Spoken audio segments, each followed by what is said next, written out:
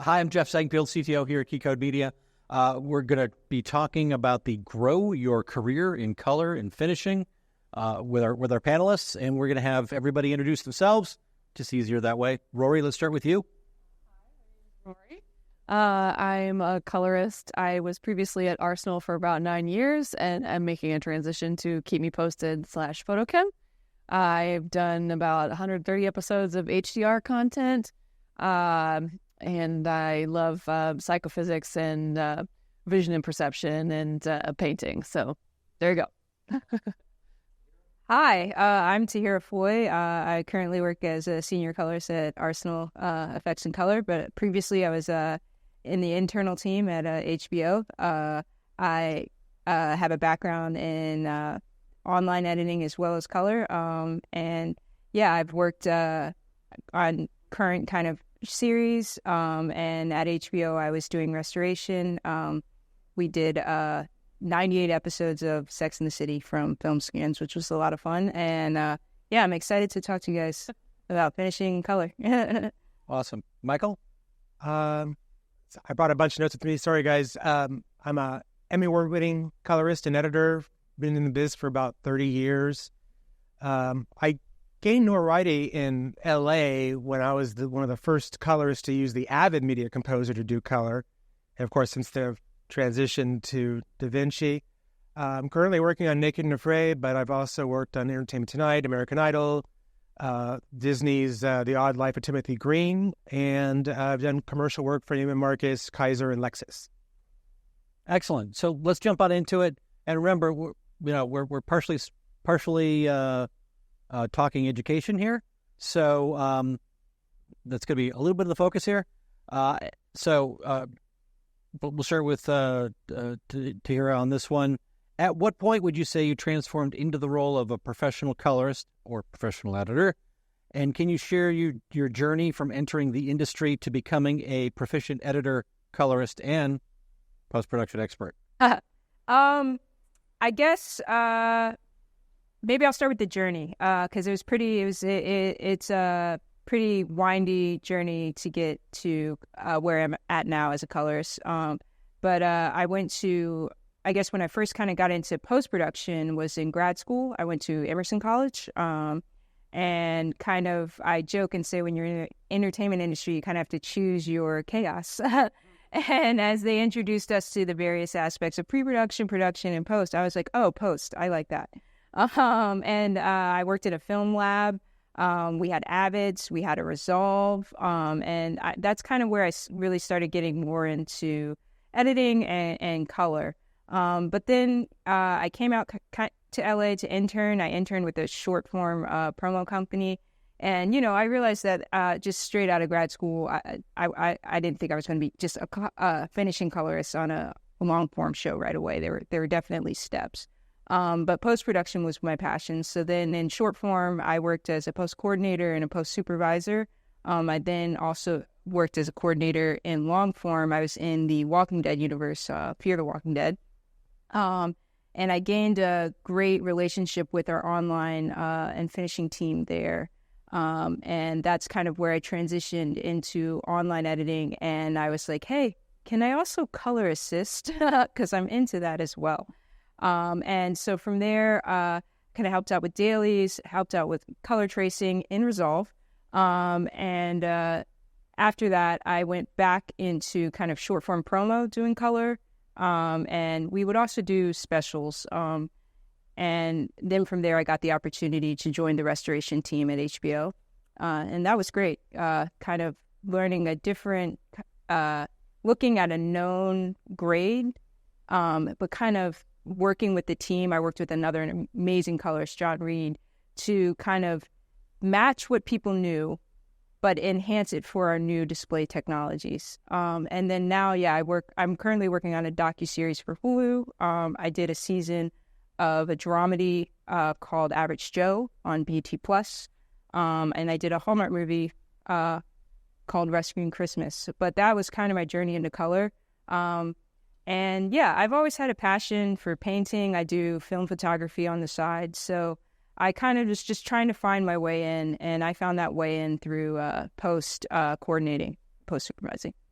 Awesome. Michael, tell us about your journey. Yeah, I was kind of born into this. My dad was in the business. He worked for Columbia Pictures, and he got into post-production. And, when I was a toddler, I had an Instamatic camera. So I was always interested in photography. I became a professional photographer. I did the weddings and the bar mitzvahs and all that. And all along, I've been learning editing with videotape. And my sister was working for this executive producer who was producing a documentary for Bing Crosby, and he hated the editor so much he fired him. And my sister said, well, my brother's an editor. And he was editing on this system called D-Vision, which was one of the first nonlinear editing systems. And so I had to learn how to edit on that. So I went from tape to learning on this thing called D-Vision. And from there, I worked at a bank doing their training videos. I ended up going to work for a reseller that sold Avids, and they paid for me to get trained on the Avid. And I ended up doing a lot of Avid demos, and then Avid hired me. And then a company in LA called 3 Point Digital, which is kind of the beginnings of Key Code at some point. They hired me as a demo artist, and Michael Kavanagh, who runs this company, he always introduced me as the premier colorist in Hollywood. I wasn't, but that's what he introduced me as, and I said, okay. And so that started getting around, and then I got a job at Dick Clark Productions, and it just bloomed from there, and done a lot of stuff. Look up my IMDb page. I can't list it a lot, but that's basically how it came about. Awesome. D-Vision, 1993, by the way. Yeah. Rory, tell us about your journey. I went to RIT. Imaging was, right? Did you thaw out finally, or are you still frozen? Go Tigers. I was always interested in photo M&P classes. I did actually one of the last Vision 3 test shoots up there. I think is that 250D. I think it was 250D. 5219. Worked on that test shoot up there, and got to be on set with some of the engineers came out as well. And then when I moved to Los Angeles, I thought I wanted to be on set, and quickly realized I do not have the phenotype for set life. I was like, stand around for 12 hours? I don't know. I'd rather sit in a dark room by myself for 8 hours and do it that way instead. So I was hired in Daly's lab, the 24P Daly's lab, doing dailies for Sony. And I worked nights and sat in with colorist Randy Starnes over at Colorworks, and Scott Ostrowski and Matt Lear. They're all really generous with me with their knowledge. And I basically didn't sleep for a few years there. And then eventually moved over to Arsenal and assisted. I did dailies a little bit there too. Moved to assisting Randy and Larry Field with Final Color. And then I've been as a senior colorist. I don't remember the year, but for a minute. I've had the opportunity to work with a lot of DPs and see a lot of other colorists work. And dailies is a really great place to start because it's a great way to kind of get your 10,000 hours in, especially if you work on a courtroom drama. Am I right? The multicam courtroom drama. Yeah. I see not a lot of people have. Anyway, so that's brings me here. Excellent. So skills play a crucial role in success as a colorist. Now, you mentioned the dark rooms. A lot of color bays are very dark rooms with very comfortable couches, kind of similar to a therapist's office. It's really interesting that way. So besides mastering the software, what other skills have contributed to your journey and your success? What advice would you offer to assistant colorists or aspiring to become lead colorists, particularly focusing on soft skills? What are you telling those who approach you wanting to get into the biz? Michael, let's start with you on this one. Start with photography. Learn about how light affects the image and how the image gets from either your camera or your phone to the finished product on your computer screen or on a broadcast monitor. There's, even if you have an iPhone, that's great. There's another Android. There's an app called Halide that basically turns the iPhone camera into a fully manual, where you have to adjust every part of the white balance, the emulsion, the wet film, shutter speed, iris, all that. So you don't have to pay a lot of money to get into learning about imagery and photography. And then take that image and bring it into Photoshop, or if you want the free version, it's called gimp.org, and play with light and make mistakes and try to make it better, and then hit the reset button and do it again. And you'll be amazed in that you can take the same image and color it 12 different ways. And that's a really good way to start learning being a colorist. Second most important is social networking. That's a skill you need to develop. I highly recommend you go to the National Association of Broadcaster Convention, which is coming up next month. April. Oh, yeah. And they have there's a colorist mixer where you can rub shoulders with some of the biggest colorists in the world. And you can meet people from Black Magic who was there. And I was picking their brains. They were picking my brains. It was great. And I have a friend who I've known for years as a colorist, and I asked him, the footage I deal with, they're farting with the iris a lot. And so you have to offset that so it's all one exposure. And so my friend Tal was there. Shout out to Tal. And he gave me a trick using a plugin, and it's saved me hours and hours of time. So social networking, get on the Facebook groups. There's a website called Mixing Light, which is a great place to learn. And you can also talk to other colorists. The Blue Collar Post Collective here in Los Angeles is another great networking group. And finally, the Los Angeles Creative Pro User Group, they meet once a month, and they have great content and good networking for those shows. The meeting yesterday. Yeah. Yep. Rory, skills with the Z. With a Z. Well, I think the color skills need to be so second nature that it's something that is, you can get into flow state very easily, because another very important part of color, and I would say actually the medium that we use almost as much as light is temporal, as a temporal element, is time. Because one of our biggest jobs is to make all the cuts in an edit disappear, make all the shots flow shot to shot to shot. But the other important thing is that we're, especially in episodic land, we got to get through 900 shots in 2 days, or maybe that's a beefy episode. Maybe it's less than that, but we got to get through all those shots that fast. And then I think the soft skills can be just as technical as the knowing about display targets and calibration and all of that, because it is important to make people to focus people back to what their original intent was on set, and to just really reassure them that they've made good decisions. And it's our job to let their decisions that they already made it on set, shine.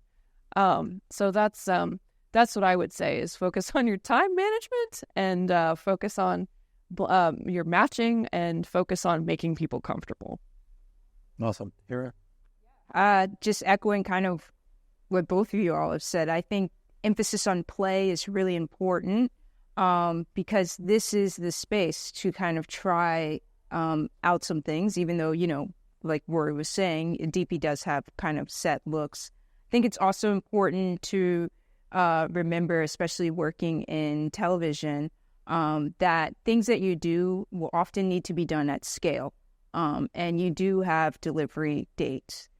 So, it's great to know how to key and window small things, but remember, a DP has kind of lit something for you, and kind of there was an established kind of look in monitoring. And then when you get into those spaces, knowing that, hey, if I do this on one shot, I need to be able to do this on scale. And then sometimes if it's episodic in spaces that repeat, it might not just be on scale for that episode. You might need to be able to do that on scale for the season. So keeping that in mind.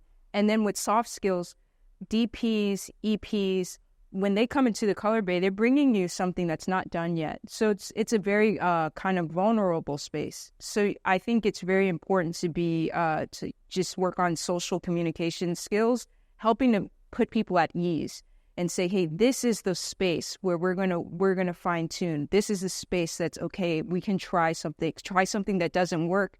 No one's ever going to see that. We're going to make sure that when it's out, it feels good. So just kind of creating that space and understanding, I guess, listening and building that language and rapport so that you know when your EP or your DP is saying something, you can kind of help execute that, understanding their color language and their visual language. I think that's a great soft skill to have.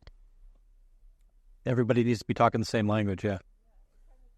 Kicking off of that, I think having a solid color management workflow and having a note, I mean, your note tree can be whatever you want, but having a system that really works for you so that you can do what Tahira is saying and like play and, have fun and be able to make someone feel like, hey, we can try something. You can, audition this or, fly it in and see if it works, fly it out. That's, a dovetail of the technical and the soft. Yeah. Definitely. So over the years, not how, but what have you witnessed in the evolution of color grading? What software and hardware advancements have made your job easier? And then additionally, how have workflow enhancements and tool sets improved? And have you observed any influences from outside the traditional post-production space on these tools? Rory, let's start with you. Yeah.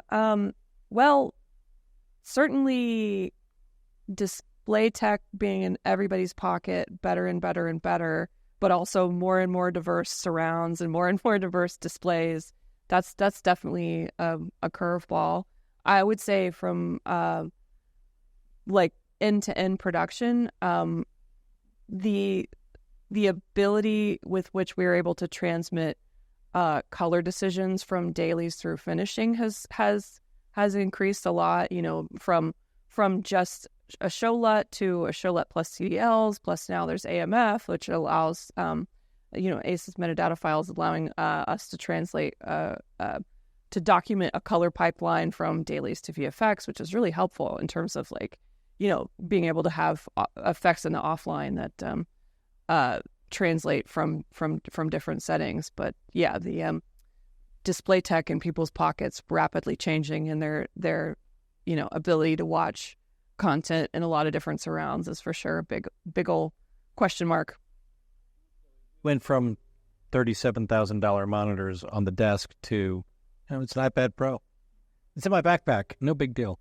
Tahira, what do you think? Yeah, I'd have to piggyback off that. And even just in a small amount of time with kind of COVID, I know as a colorist kind of before COVID, the idea of someone reviewing at home on a consumer monitor was like, I don't know. So, I mean, now we have OLED displays, different color font, Resolve. I think Resolve has a remote option now where we can manage some of the color pipeline, and people can actually see something very close to what's in the bay in a home space. I think that's phenomenal.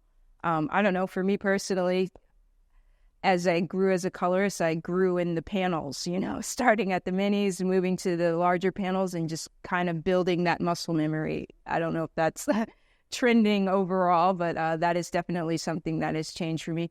I think it's also interesting to see film as an aesthetic is something that we had, and then we moved more into our digital space, and now we're moving into another space where people kind of want some of the aesthetics of film, or people are building pipelines in that can include film in different portions of the color workflow. I think that that's also very interesting and exciting, and it's cool to see it change as time goes on. Michael, thoughts on the subject?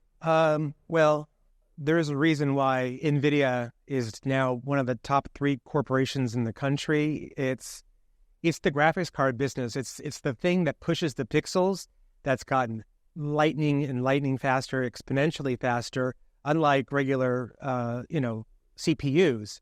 Everything's being done on the graphics card. And boy, Apple Silicon has just blown the doors off. I guess if you saw the video, I'm driving 4 monitors off a MacBook Pro M1 Max. That's crazy.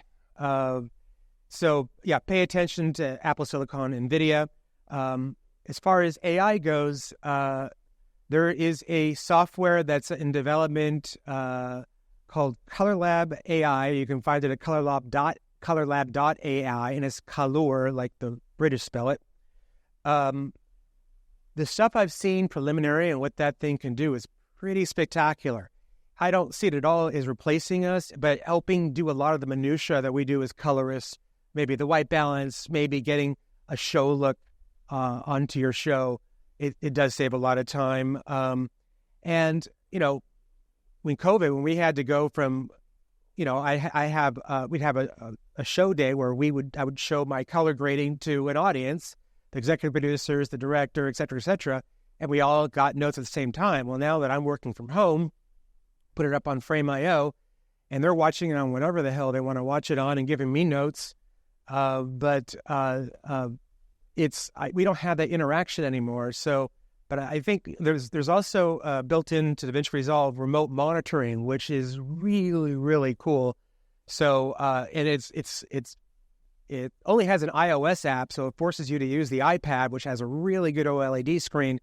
And in real time, I can say, well, do you like this better? You like this better? And they can be a million miles away, and we'll be able to work. So I'm very excited about AI and technology, but I don't think I think our jobs are safe for a long time. I would think so as well. I mean, the first time I ever saw any kind of a color bay was 1991, and it was probably film, and they turned that apple from red to green, and we all just lost our minds because how do you do that? Because it was not something you'd seen in the tools before. People were living in 3/4 and VHS tapes back then, so it's amazing how far things have come. DaVinci Resolve is our esteemed sponsor tonight. Let's share your experiences with Resolve. Are you utilizing the latest offerings? And how was the transition from older versions to newer versions for you? Any initial concerns? How do they pan out in reality? And in the tradition of Editor's Lounge, are there things you want Blackmagic to address with your workflows and workday? Let's start. I've onlined in Resolve and I've done color in Resolve. So kind of edit tab, color tab, delivery tab, media tab. Those are like if I had my like custom workspace, that's what the bottom of my screen does. I think each iteration of Resolve, there's always some new tool or open effects that I find myself tinkering with. I was thinking just about something that I kind of used of recent. In the edit tab, there's an edit index, which is really cool for nodes. So I've had producers, this was more when we were remote, we showed a producer how to make markers in the edit tab for color notes or online notes that she could then export out to us. And I would use the edit index. I'd see a thumbnail of the shot. You've got the time code right there. Double click on the time code, takes you right to the spot. That carries over into the color tab. So that made my work onlining and doing color. This was on a restoration project. It just made it that much faster. So just having those tools where online and finishing are talking to color very fast has been amazing. I'm a big color coder, so my tracks are always color coded and separated out. So just little things like that. Like I said, every iteration there's always something fun. I don't know. One wish list for me, sometimes in and outs don't always carry over from tab to tab. Small gripe. But yeah, other than that, Resolve has been amazing. As I gave my color journey, in grad school, I started in Resolve, and I've been kind of in Resolve ever since for color. So, yeah. Magic Mask in DaVinci was a game changer for me. It really saves me a ton of time because I only get 3 days to to grade 750 clips, and if I want to do anything fancy, I got to do it fast. So bravo on the magic masks. I recently had to remove a tripod from a shot, and I did that in Fusion. Now, I thanks to the union, I was able to get a free course in Fusion. I got a certificate, but if you don't use it, you forget everything. And so it took me a while, but I was able to paint out a tripod of a shaky camera and someone walking in front of it. I encourage you to learn Fusion. My feature requests, I'd like a button to advance to the next ungraded clip. And pro tip, most of us have what are called node trees, where we don't just start with one node on a show. We actually have a pre-made template of maybe 10, 20, whatever nodes. And when you apply that node to a shot, even though there's nothing going on in that node, DaVinci calls it a graded shot, like it marks it as already colored. And so I'd love to be able to add a node tree and still be able to have it marked as not graded. Yeah. Laura? Sorry, too close. Yeah, definitely. I think because I've used a lot of color correctors. I've used Baselight. I also was a luster user for a long time, and the one thing that I do actually still kind of miss about luster is the ability to like drop down a parameter and copy something very, very specific from shot to shot. Like I just want to copy saturation from, like I want to change saturation. I want to do it in the same node that might have a balance in it across, a whatever 15 shot scene. So that would be very helpful. I use ACE's color management in Resolve a lot, and that implementation works great. I also am a big flagger, and any kind of organization. I use group grades a lot to be able to like fly in overall corrections. So being able to group and sort by groups is really, really, really clutch and helpful for me. So yeah. Sure. So, surprise. With the edit index, it just hit me. If there, and this might be more for finishing, so if online does notes and it's in their EDL, you can bring the EDL in as timeline markers, which is glorious. So then you have the markers from offline, and when you open the edit index, you can see their notes. So, another fun fact. With Frame.io, you can people can make notes on Frame.io, and you can download those notes and have it go right to your timeline, which is very cool. I'm seeing some note taking around here, which is really good. And one thing I'd like to call out is the plugin manufacturers. In the spirit of Open Timeline IO, if you have a plugin that works in both, say Premiere and Resolve, or Avid and Resolve, license the plugin to the machine so that you have it in both apps, so you don't have to buy it for the separate apps, because we need those effects to transfer back and forth. You are the holdup to Open Timeline IO. Stop being the roadblock.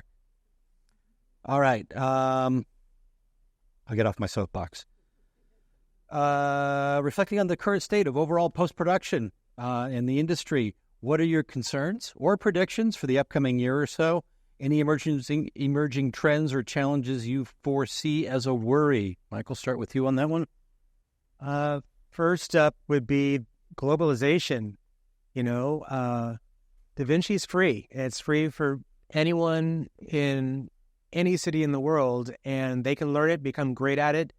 And, production companies are trying to cut every freaking dime right now, and they will start outsourcing. They already have, but I think we're going to see more of that. Budgets are not going to get bigger. They're going to get smaller, and they're going to try to squeeze every dime you can. And, shocker, coloring, grading is one of the last things on the budget. And if they've overspent in production, they have to make up for it in post-production. And so we get squeezed a lot. And just the consolidation of the job. I was talking, I did a paint out, colorists are being asked to do more and more things. Onliners being asked to do more and more things that are outside the scope, like graphics and titles and paint outs. So those are concerns. Rory? Yeah, well, surviving the 2 strikes and then whatever's going to happen this summer, that would probably be my my biggest concern. And, making sure that our siblings on set are surviving as well, because it's just been such a shakeup of a year. I think that is the concern, as Michael is saying, is like where the stuff stops rolling. So it's important.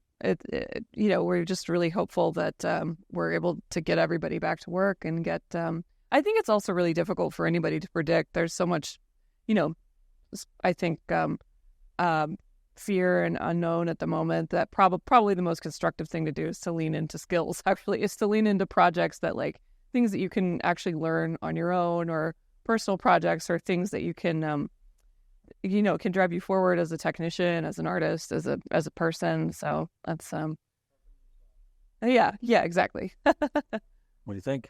Yeah, just kind of echoing both a trend towards kind of shorter and shorter amounts of time. And DI is something that we're kind of combating, and then also I think we're seeing some more decentralized workflows within post, where you might be working across time zones or continents, even between color and online.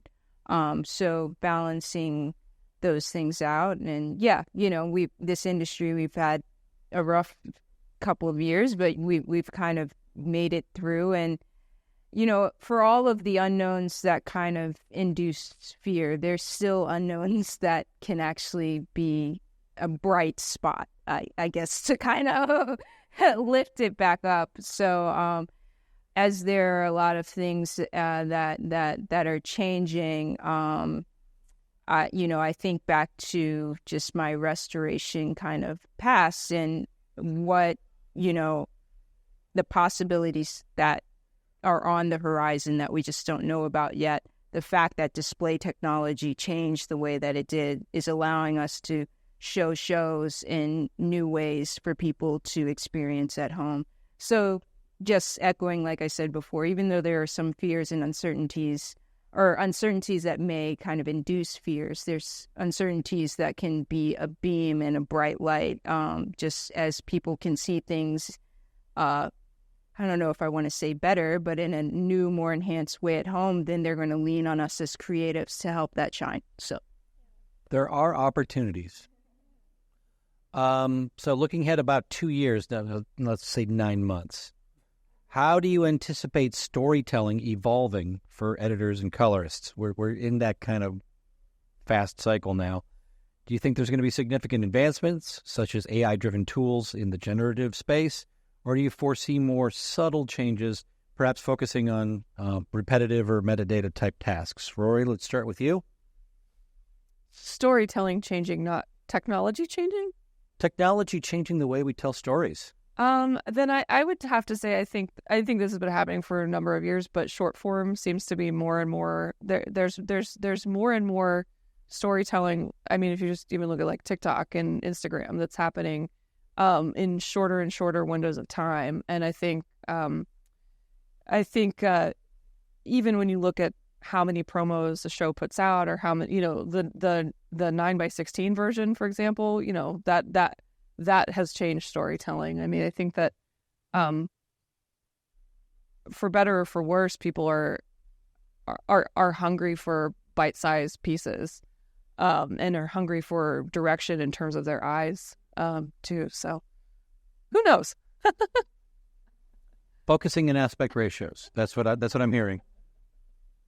I kind of think we've experienced a little bit of it in our display technology shift recently, I guess, in our display technology shift from SDR to HDR, especially at the consumer level, as those HDR OLEDs especially have come down in the type of home experience that people are having. I think that invites space for creatives to take even bigger swings and bigger kind of, I guess, chances, or right, sorry. But yeah, I think of a movie like Barbie, and the fact that people can enjoy that at home in HDR. It's like, wow. Yeah, I just think that we're getting to a space now where the home experience is pretty far up there, and I think that that's exciting for creatives to take risks. Michael? I have a little rant here. Going back to short form, I think the way short form is edited, where they take out all the breaths, and there's no pacing and there's no nuance, and Gen Z accepts that as an edit, or they're used to it, or they expect it now. I think that's where AI is going to find its niche, because AI can edit that stuff stupidly like other people do. And so you don't need to worry about pacing and emotion. It's just pull up, get the thought out. And you get ear fatigue because it's just, there's no pacing, there's no stop. And you hear some great YouTubers, they have great information, but there's no pacing, and it's really, at least for 50-something-year-old guy, it's exhausting. So I do see AI getting into more of that short form, but again, it's not going to take away from the art of real storytelling and more long form. I think that was that was it.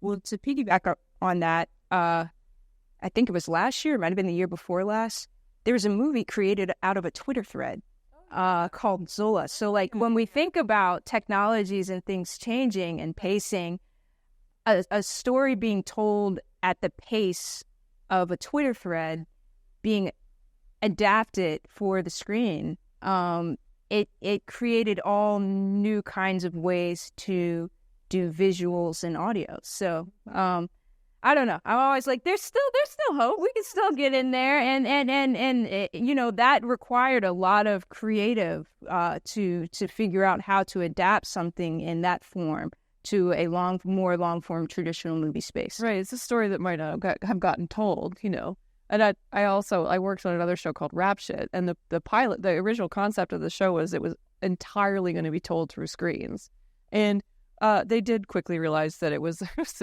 is a little more digestible when there's more of a traditional narrative to it. But that is an interesting part of humans living right now, is that we have like this veneer of social media, and what you're presenting on FaceTime is different than what you're presenting on, your social media profile is different than, like a candid phone call that you're having is different when you're sitting and actually talking to somebody. So it's definitely revealing.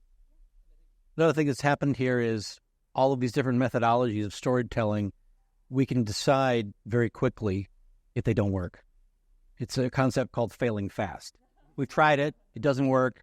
Let's go on to the next thing, or go back to the traditional way of doing things, or the more traditional way of doing things. Find out what doesn't work and then discard it. Filmmakers too, it's like, just try it, make your show, put it up, see if it lands, see if it sticks, and you learn pacing. Like it is learnable, all of those storytelling skills. And the more you're able to practice, like you're saying, the whole 10,000 hours thing, the more you get to refine. And it is nice that those tools have kind of, democratize the point of entry a little bit too. Yeah. And storytelling also, you go back to like old history of film classes, sit through the Maltese Falcon, and you realize we don't tell things the same way as we did back then. And that was, an example of awesome storytelling. So Hitchcock's pacing it's designed the pacing is designed to build fear and anxiety, and there's a reason for it. And then what we were saying before about this notion of play, right? As things change, creating that space inside of a color, like we are on the frontier. This is where, as we ask these questions, we're in the space, we're using the tools where you play. And Control Z for undo is a lot lighter lift than a traditional undo. So I guess that means we should be playing more, right? Yeah. See what sticks.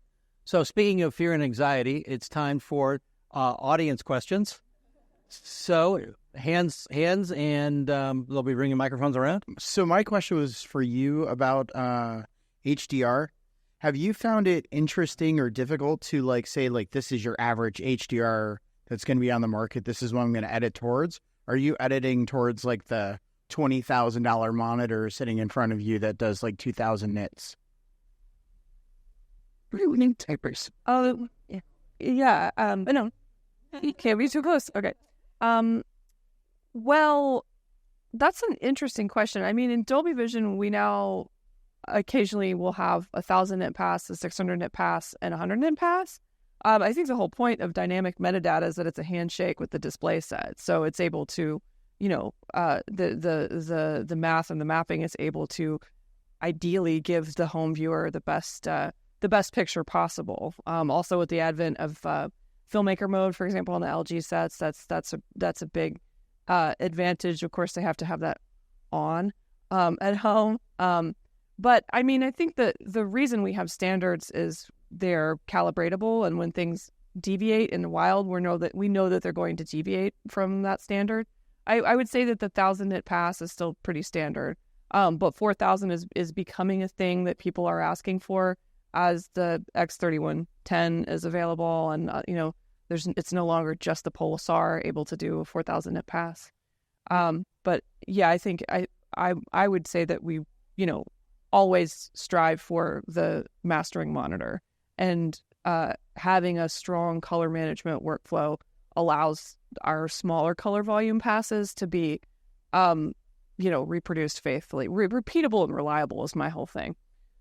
And these are containers that are expanding, and like you're saying, these containers keep us grounded technically, but how you map within that container is still, there's a creative element to that. So, a DP, even though you have 1,000 nits available, maybe someone's like, hey, I really only want my candles to hit like 600. So there's still a creative element to it. It's just we have more room to explore. There has been a little bit of study on average light levels in HDR content, so you can look those papers up on IEE, those kinds of databases. This is an interesting question. Who, when they get into a hotel room, immediately readjusts the television set? Not that many. So people aren't going for that optimum viewing experience either when it's not at their home. When you're working with your DP or client, what are some questions you ask to try to understand how to grade the project, the look you want to give it? What are some creative questions you ask them to really understand what they want? Amazing question. I mean, Rory might know this, but in my color bay, I always like to have photo books because sometimes people reference photography. But yeah, you just kind of are building a basis for that color language that I was talking about earlier. And as you listen to tastes and maybe things that are referenced, maybe it's a photo, maybe it's a feeling, you're really dissecting, okay, why are they gravitating towards this, and how do I translate that why into the tools that I have? That's true. Yeah. My last show, my DP and I were at a museum together, and there happened to be an exhibit for the photographer that was a hero reference for her in that show. So seeing that reference together in person was extremely valuable. I think looking at a lookbook is always a great idea, but I do always like to know how, I think it's Neil deGrasse Tyson that he was talking about like concept artists for Cosmos and saying like, I don't really want to know like exactly what it looks like when a space shuttle takes off because I already know that. I want to know how you feel. So I like to ask a lot of questions like, how do you feel? Or like what, I also like to be really specific about, if something's too warm, like, okay, is it feeling too red warm or too gold warm? Or like, do you mean the entire picture is too warm? So I just am a touchy-feely talker like that. I think words can do good. It's back and forth. It's a concept back and forth until you're dialed, and then you're like, all right, we got it. Yeah. That comfort is... Yeah. So, my question is kind of similar, actually. I guess it's kind of in the other direction. It's like when trying to kind of bridge that gap with someone with their creative vision, is there some kind of topic that you think they could kind of meet you halfway on that, like, you just wish, if only they'd read this book on this one kind of niche area? Because obviously coloring is a very complicated, very dynamic thing to wrap your head around, and takes a lot of years to really properly understand it. So is there one thing that you kind of wish every creative that you had worked with had spent 1 hour kind of doing some research on, or is it just so like, case by case basis? It's the color book, and there's a website. Do you remember it? That you can look up any movie and get looks from those scenes. I'm sorry, I don't remember it, but it's out there. You subscribe and you can type in any movie title and what's it called? Shot Deck. Yeah. You call it any movie title. And then when you're on the same page with your DP, you can look through things, say, this is where I'm going for, or more this, but more chroma, or this, but darker. And that's the conversation you have, and you work off a single reference. It's not, you don't have to read a book. You have to have visuals. I have a Munsell color tree in my color bay, which is an educational tool. It's a model, color order system. And if you don't know, it's 3 axes. It's the hue axis, lightness axis, and then a chroma axis. And having that model can be really helpful. I think empowering people that like you're totally capable of describing what you want is really it really changes a lot of conversations in a great direction. And making sure that it's like whatever you suggest, we're going to try it out because we're in that space to try. So making sure that it's never a feeling of like, ooh, if I suggest this, I'm going to get a reaction. It's like, no, this is where we try it out and we kind of fine tune it. Sometimes people, they don't always have visual references. Sometimes they have sound references, music. Like, can it feel like how this sound makes me feel? So it's a lot of back and forth and communication and navigating and just trying to figure out the same visual language for the project that you're on. One great thing about DaVinci is you could have multiple versions of the same shot, and you can keep going back and forth. You can go to one version, do a tweak, and then compare it to another version. You can have, is there a limit to how many versions you can have on a shot? No. Yeah, so that's a big help. Kind of layer mixer. I'll use that on group nodes a lot. And then it's like, okay, here's the warm version here. I just had that the other day. It's a transitional scene that was between day and night, and they wanted to take it into like to kind of bridge the gap between day and night. So we did like a warm dusk version, and then we did like a cold twilight version. And it was really nice to be able to be like, boink, it's on, boink, it's off. And as you're in Resolve, organization is key, right? We're talking about, let's try all this stuff out, right? You don't want to have that session, you've tried all this stuff out, and now your DP or EP's gone, and you're like, oh my gosh, what did we just do? So yes, using versions, labeling things, using a tree so you have a known spaces for where you try specific things, grabbing stills, labeling those stills so that you know what you discussed, so that the next day you're like, when we said warm, was it yellow warm or so yes. I know you guys were saying something about pacing and how you guys felt like that was very important. And I just had another question. Was there any other elements in editing or coloring that you guys hold like very important, like key, like first number one? I just wanted to know your ideas. So our job is to take all the little nuances between all the different takes or different cameras and match them. We're on beat. It's matching. Oh, yeah. Because, yes, we're in a visible and an invisible art at the same time. Yeah. We are visibly creating the world that is distinct, but then once we're in that world, we want to stay in it. We don't want to be bumped out. So it is matching. So how much do you depend on scopes? I'm always looking at the scopes to make sure things are looking good in my parade, everything's balanced, but how much do you look at the scopes and how much is it all just by eye? A lot. I depend on scopes a lot. Yeah, I mean, they're there to keep you grounded, right? It's that chromatic adaptation is a thing. Like you stare at something that looks pink for long enough, and suddenly that looks gray, and things that are neutral look green, and it's it's a slippery slope. So yeah, I mean, the scopes are always up. Tahir and I both use external scopes, and I don't know, Michael, if that's your built DaVinci, but I have it on a separate monitor. And I'd say for me, it's 50-50. I'll do something visually. It's like, did I screw it up in the broadcast? Nope. Okay. And then vice versa. It's like, how far down can I get this to still be legal, but still look great on the screen? When you're working in a room with groups, or like, when you have multiple people in the room and we're talking about, there is an element of color that is subjective to your eyes. Scopes really help when you're like, yes, that is black. There's nothing, there's no blue in there, or that it's not lifted. Here we are on the scopes. All right. Blackmagic Collective, Blackmagic Design, SNS, Key Code Media, Keep Code Education. Those are our sponsors. Thanks to them tonight for sponsoring this wonderful Stinted.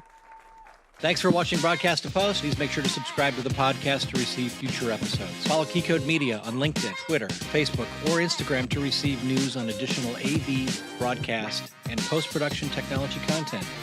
See you next time, folks.